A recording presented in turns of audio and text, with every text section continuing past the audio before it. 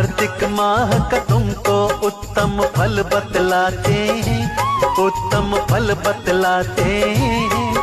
हम कार्तिक पूर्णिमा कथा का वर्णन गाते हैं, हम कथा सुनाते हैं।